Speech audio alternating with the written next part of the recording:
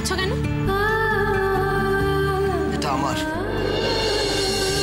তোমার? এটা আমার বার্থডে গিফট। কে দিয়েছে?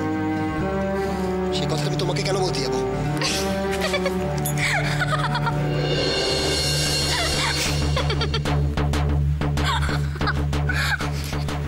হাসো কেন?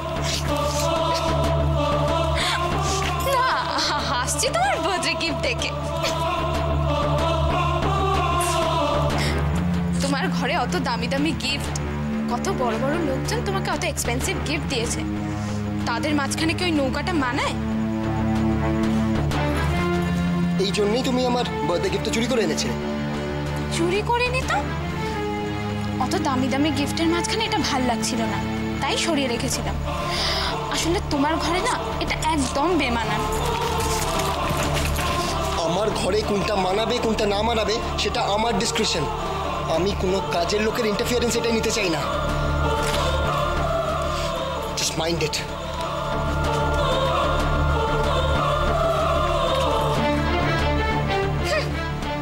Just mind it.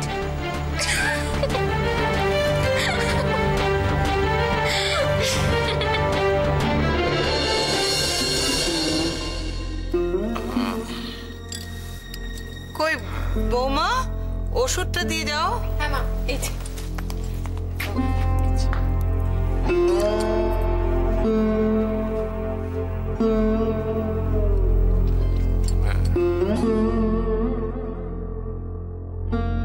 দেখেছো জেঠু, তুমি কিরকম বাড়িতে এলে আর বাড়ির পুরো পরিবেশটা বদলে গেল। জানিস বাবা যে কদিন ছিলেন না, মাকে খাওয়ানোর দায়িত্ব কে নিয়েছিল? কে নিয়েছিল গো? শ্রী। বলতো ঠাম্মা তুমি না খেলে আমিও খাবো না। ভবিষ্যতে তোমার আবার কিছু হলে আমাকেও সঙ্গে নিয়ে যেও। মা, তুমি এসব কি বলছো? বাবা সুস্থ হয়ে বাড়ি ফিরেছেন, তোমার এই সব কথা শুনে আবার অসুস্থ হয়ে যাবেন, তুমি কি সেটা চাও? না না না। তাহলে চুপ করো মা, এসব বাজে কথা আর বলো না। ঠিক কথা জেঠু, তুমি তাড়াতাড়ি সুস্থ হয়ে ওঠো তো, আমরা একসঙ্গে দাবা খেলবো না? কতদিন তোমাকে হারানো হয়নি বলো তো। আমাকে না হারিয়ে পারিস তো রায়বাড়ির অন্ধকার মনের মানুষগুলোকে হারানোর চেষ্টা করিস। জেঠু, জেঠু আমাকে তুমি ইন্দ্র বলে ডাকছো, আর আমার প্রতি এইটুকু ভরসা নেই তোমার? পারবি পারবি দৈত্য খুলে প্রহ্লাদ হয়ে থাকতে শেষ পর্যন্ত?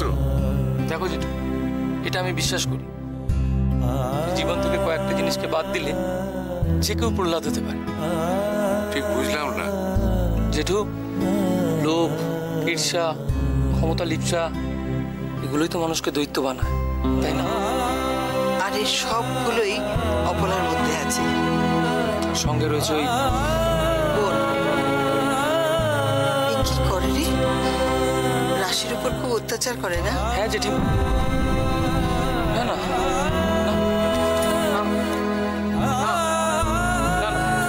ইন্দ্র, তুই কিছু লুকোচ্ছিস মনে হচ্ছে। দেখো বৌদি, আমি কিচ্ছু লুকোচ্ছি না। আমি এসেছি জীবনটাকে উপভোগ করতে, তাই আমার কাছে জীবনের সবকিছু সহজ এবং সুন্দর, বুঝলে? রাশিটাও তো তেমনি মেয়ে। ওকে আমি প্রথম দিন দেখেই বুঝেছিলাম, একেবারে খাঁটি সোনা। ইন্দ্র, রাশিকে একবার আমার কাছে নিয়ে আসতে পারিস? একবার আনতে পারিস? একবার ওকে নিয়ে এলে আমি ওর হাত দুটো ধরে ক্ষমা চেয়ে নিয়ে বলতাম, আমার জন্য তোর জীবনটা নষ্ট হয়েছে মা। বাবা, আপনি এসব কি বলছেন?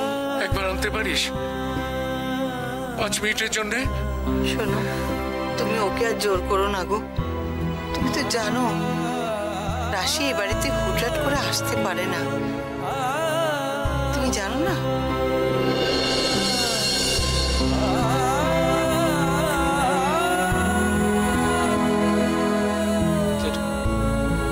জেঠু, আমি তোমায় কথা দিচ্ছি, আমি রাশিকে তোমার কাছে নিয়ে আসবো।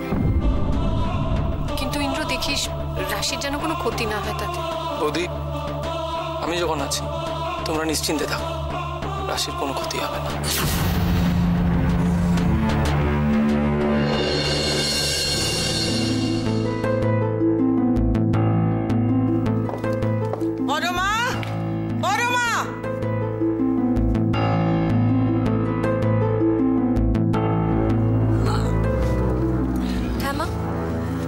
সব সার্ভিসদের এখানে ডাকো। কেন মা, আমায় বলুন না। বললাম তো সবাইকে এখানে ডাকো।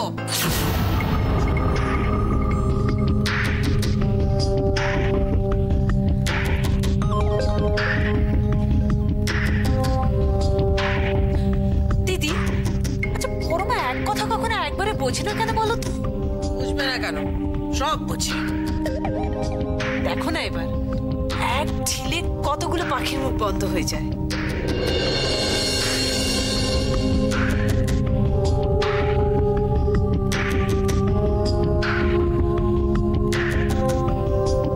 সবাইকে নিয়ে আসার কথা ছিল, সবাই তো আসেনি। আমি দেখছি। পরমা, একটা কাজের জন্য কি দুবার যাবে? তোমার অনেক সময় আছে, আমার নেই।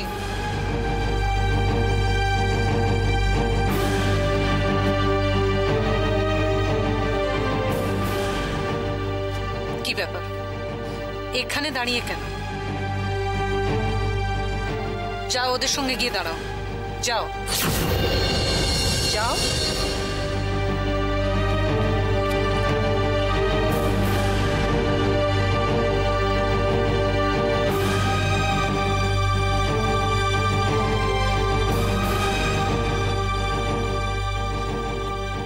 তোমরা সবাই মাথা নিচু করে কেন দাঁড়িয়ে? ওদিকে তাকাও। তোমাদের ম্যাডাম আজকে তোমাদেরকে কিছু ইম্পর্ট্যান্ট কথা বলবেন।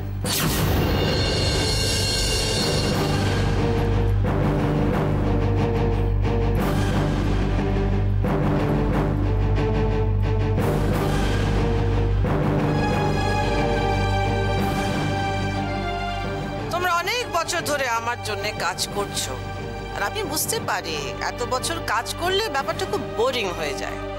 তাই আমি ঠিক করেছি তোমাদের রিলিফ দেওয়ার জন্য নতুন যারা এসছে তারা একটু বেশি কাজের দায়িত্ব নেবে, একটু ডিউটিস চেঞ্জ করবে।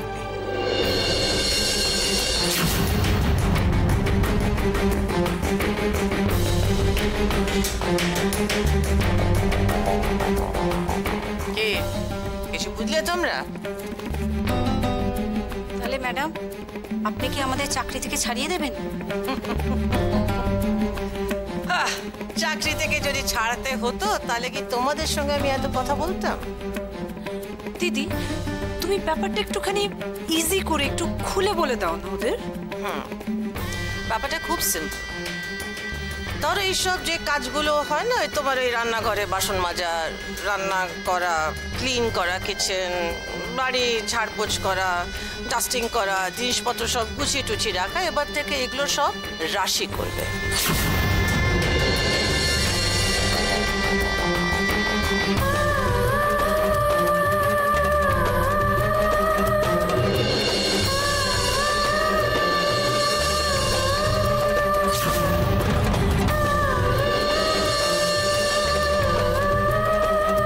কিন্তু মা, এত কাজও কি করে পারবে? কেন, প্রবলেমটা কোথায়? 24 ঘন্টা কাজ করলেও এত কাজ শেষ করা যাবে না। পরমা, এই বাড়ির কাজের লোকগুলো এত বছর ধরে এত কাজ করছে, তুমি কি মনে করো বাড়ির কাজের লোক বলে কি তাদের রিলিফ পাওয়ার কোনো অধিকার নেই? মা, রিলিফ দিতে হয় এক একজন করে রিলিফ দিন। এভাবে সবাইকে ছুটি দিয়ে ওর ওপর তো প্রচন্ড প্রেশার পড়ে যাবে।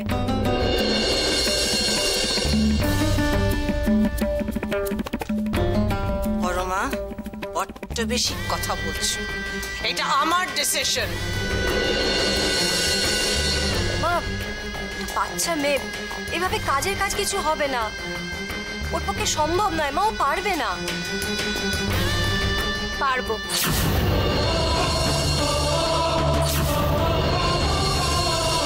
আপনারা যা যা বলবেন আমি সব করতে পারবো।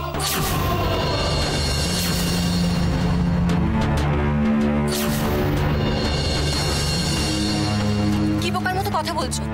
এতজনের কাজ তুমি একা করে উঠতে পারবে? পরমা, ও যখন বলছে পারবে তখন তুমি কেন এত কথা বলছো? অদ্ভুত তো। বলে দাও পারবে না করতে। কেন পারবো না? এই সংসারটা তো আমারও।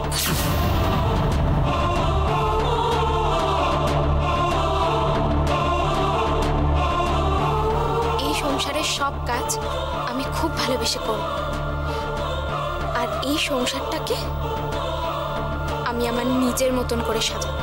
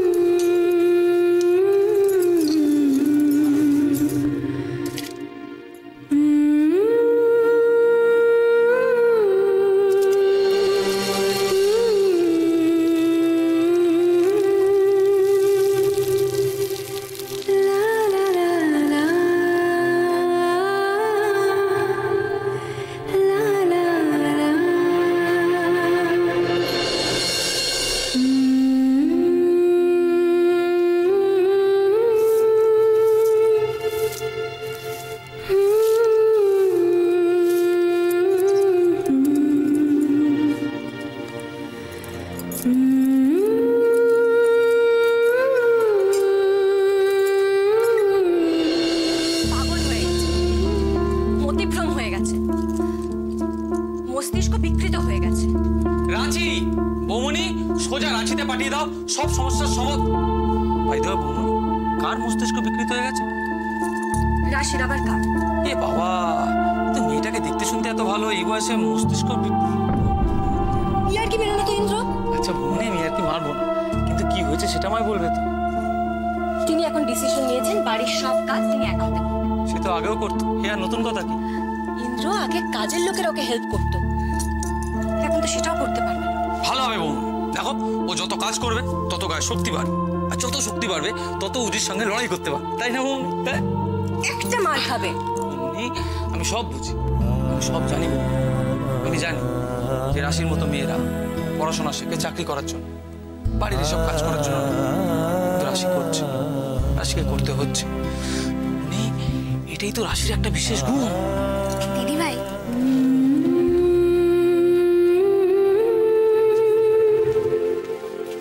দিদি ভাই, মা ছোটবেলায় বলতো মেয়েরা নাকি দশভুজা হয়।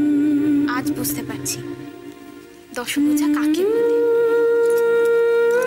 চারদিকে যেসব অসুররা আছে, দশভুজা না, বিশ্বভুজা হতে হবে। এই বাড়িতে তো বিশ্বপূজাই আছে, দেখবে। এই দেখো, দশভুজা, দশভুজা হলো, বিশ্বপূজা হলো। তুমি পারো বটে। আচ্ছা ছাড়ো তো এখন এসব কথা, আগে বলো জেঠু কেমন আছে? জেঠু ভালো আছে, জেঠু একদম সুস্থ হয়ে বাড়ি ফিরেছে। কিন্তু কিন্তু তো একটাই কথা বলছি, রাশির কাছে ক্ষমা চাইতে হবে, রাশির কাছে ক্ষমা চাইতে হবে। ক্ষমা তো আমার চাওয়া উচিত। যারা আমাকে রায়বাড়ির বইয়ের সম্মান দিয়ে নিয়ে এলো, আমি তো তাদেরকেই দেখে রাখতে পারলাম না। তাতে কি হয়েছে, এবার থেকে দেখে রাখ। তুমি একদম ঠিক কথা বলেছো, আমার একবার এক্ষুনি ওই বাড়িতে যাওয়া দরকার। এই, কি পাগলামো করছিস? বাড়ির কেউ যদি জানতে পারে কি হবে একবার ভেবে দেখেছিস? কি জানতে পারবে দিদি ভাই? শাশুড়ি মা তোমার বর, তারা তো এখন বিজনেস মিটিং এ ব্যস্ত। ওইদিকে অস্মিতা গেছে মুভি দেখতে, আর রুজি গেছে তো যাকে। মাসি তো আছে। মাসিমণি আছে কিনা জানি না, তবে যদি থাকে মাসিমণিকে যে কোনো একটা ঘরে তালা বন্ধ করে রাখতে কতক্ষণ? মানে মানে ভালো করে শোনো, আমি এখন মেশোর ঘরে কফি দিতে যাচ্ছি, তখন গিয়ে দেখে নিয়ে যাবে মাসি কোথায় আছে। তোমরা চটপট প্ল্যান বানাও, আমি এখনই আসছি, চটপট। এই, দিদি ভাই প্ল্যানটা বানাও চটপট।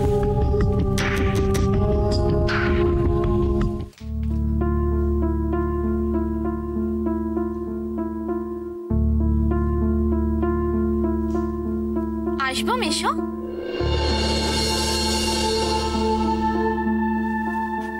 আরে এসো এসো এসো এসো এসো। তোমাদের বাড়ি, তোমাদের ঘর, আর তুমি আমার কাছে পারমিশন চাইছো? অদ্ভুত। আমি তো এই বাড়িটাকে নিজের বাড়ি বলেই মনে করি, কিন্তু এবারের কেউ আমাকে নিজের ভাবে না। ওহ, কফি। নাইস।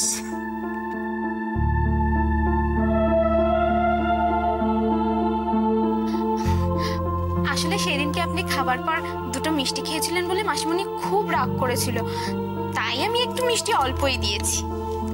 তাহলে তোমার মাসির সাথে তোমার কি তফাৎ রইল? তুমি যা মিষ্টি মেয়ে, তাতে কফিটা এমনিতেই মিষ্টি হয়ে যাওয়ার কথা। মেশো, বলছি মাসিমণি কোথায়? আমাকে এত আরাম করে কফি খেতে আর বই পড়তে দেখেও বুঝতে পারছো না তিনি বাইরে গেছেন?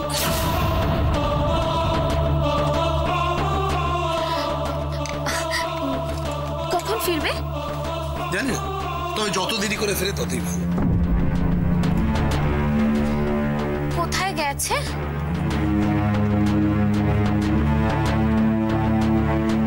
কেন বলো তো? কফি, মাসিমণি তো কফি খেতে ভালোবাসে, আমাকে বলেছিলেন, আর এই সময় বাড়িতেই থাকে, তাই আমি কফি দিতে এসেছিলাম। আসলে কি জানো, ওর নিজের একটা আলাদা জগৎ আছে, তার সাথে আমার কোনো সম্পর্ক নেই। আচ্ছা, তুমি তো বই পড়তে ভালোবাসো, আমার তাই মনে হয়। এই বইটা নিয়ে যাও, পড়ে দেখবে সময় পেলে। দেখবে প্রত্যন্ত গ্রাম থেকে আসা একটা মেয়ে কিভাবে স্ট্রাগল করে একটা জায়গায় পৌঁছেছে। না কি হলো না? ও মেশো, আমার না প্রচুর কাজ পড়ে আছে, আমি আপনার কাছ থেকে অন্যদিন এই বইটা নিয়ে যাব। এখন আমি আসছি, অনেক কাজ আছে। হ্যাঁ, শোনো। আসছি।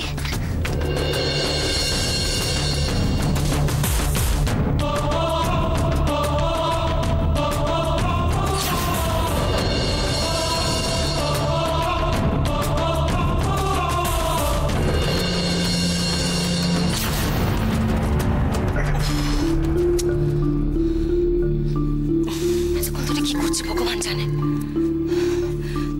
ভাবছি একবার কি দেখে আসবো। দেখো না, দেখো দেখো। কি রে, কি অবস্থা ওখানে? শোনো না, মাসিমণি বাড়িতে নেই, আর কোথায় গেছে সেটা মেশো জানে। বৌমনি, একেই বলে শুভ যোগাযোগ। দেখো, যারা গন্ডগোল করতে পারতো তারাই বাড়িতে কেউ নেই। চলো, সময় নষ্ট না করে আমরা তাড়াতাড়ি ফিরে আসি। চলো চলো চলো। শোনো, বেশিক্ষণ বসা যাবে না, ঠিক আছে? যেটুকু দেখি আমরা বেরিয়ে পড়ি। ঠিক ঠিক। হ্যাঁ দিদি ভাই, শোনো না, আমরা মন্দিরের দরজাটা দিয়ে যাই, তাহলে তাড়াতাড়ি হবে। হ্যাঁ, খুব ভালো হবে। কোনো গন্ডগোল হলে আমাদের তিনজনকেই পাঁচিল টপকাতে হবে। হ্যাঁ ইন্দ্র, এসব কথা বলার সময় এটা। ঠিক আছে বৌমনি, শোনো, এত ঝামেলা করে কোনো লাভ নেই। আমরা সোজা রাস্তা দিয়ে যাবো, সোজা রাস্তা দিয়ে ফিরবো। যদি কোনো ঝামেলা হয়, আমি একটা স্পেশাল দরজা আবিষ্কার করেছি, সেখান থেকে টুক করে চলে আসবো। তাতে তোমার একটু কষ্ট হবে। যা ধরা পড়লে যেটা সহ্য করতে হবে, তার থেকে কষ্ট করা অনেক ভালো। চল বেরিয়ে চল চল চল চল চল। আবার ফোন করলো এই সময়? দেখো তুমি, দেখো দেখো। হ্যালো, পরমা বলছেন? আপনার ছেলেকে কিডন্যাপ করা হয়েছে।